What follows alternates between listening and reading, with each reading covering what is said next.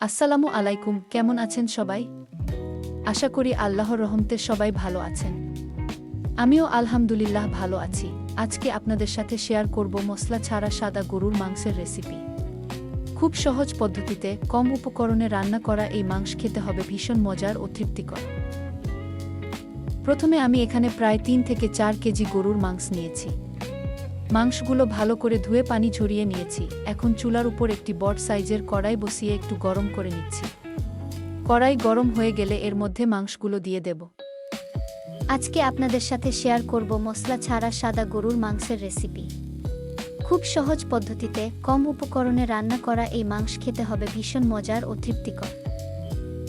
এরপর দিয়ে দেব 2 টেবিল চামচ লবণ, আধা কাপ সয়াবিন তেল, 2 টেবিল চামচ আদা রসুন বাটা, 1 টেবিল চামচ জিরা বাটা। এখন সবকিছু হাত দিয়ে ভালো করে মেখে নেব। এই রান্নায় আমি কোনো এলাচ, দারচিনি, লবঙ্গ বা অন্য কোনো গরম মশলা ব্যবহার করছি না।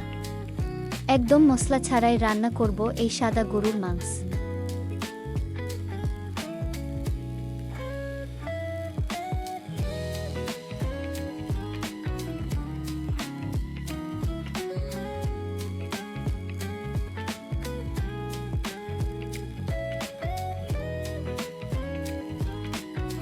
এখন ঢাকনা দিয়ে ঢেকে দেব। প্রায় 1 ঘন্টা পর্যন্ত কোনো নাড়াচাড়া করব না। 1 ঘন্টা পর ঢাকনা খুলে দেখুন, মাংস থেকে অনেক পানি বের হয়েছে। এই রান্নায় আমি আলাদা করে কোনো পানি ব্যবহার করব না। এখন ভালো করে নেড়ে দেব।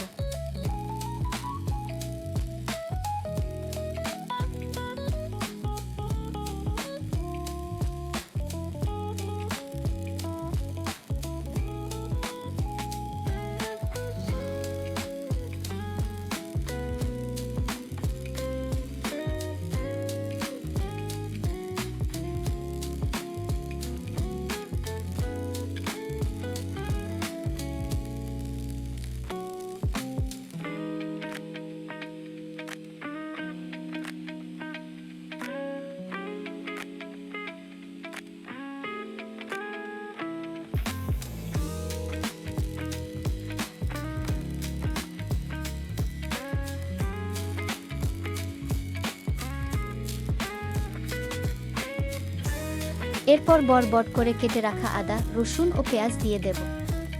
আবার ভালো করে নেড়ে ঢাকনা দিয়ে আধা ঘন্টার জন্য রান্না হতে দেব।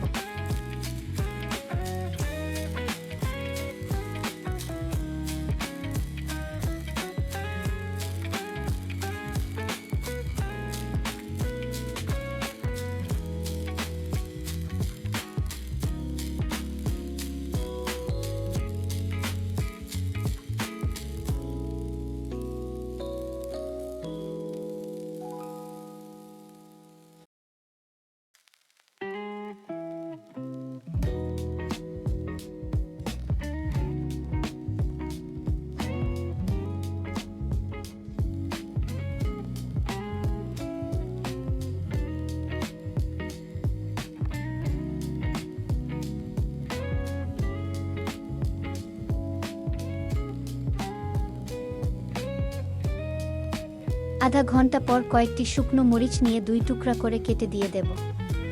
ভালো করে নেড়ে আরও কিছুক্ষণ জাল দিয়ে নেব।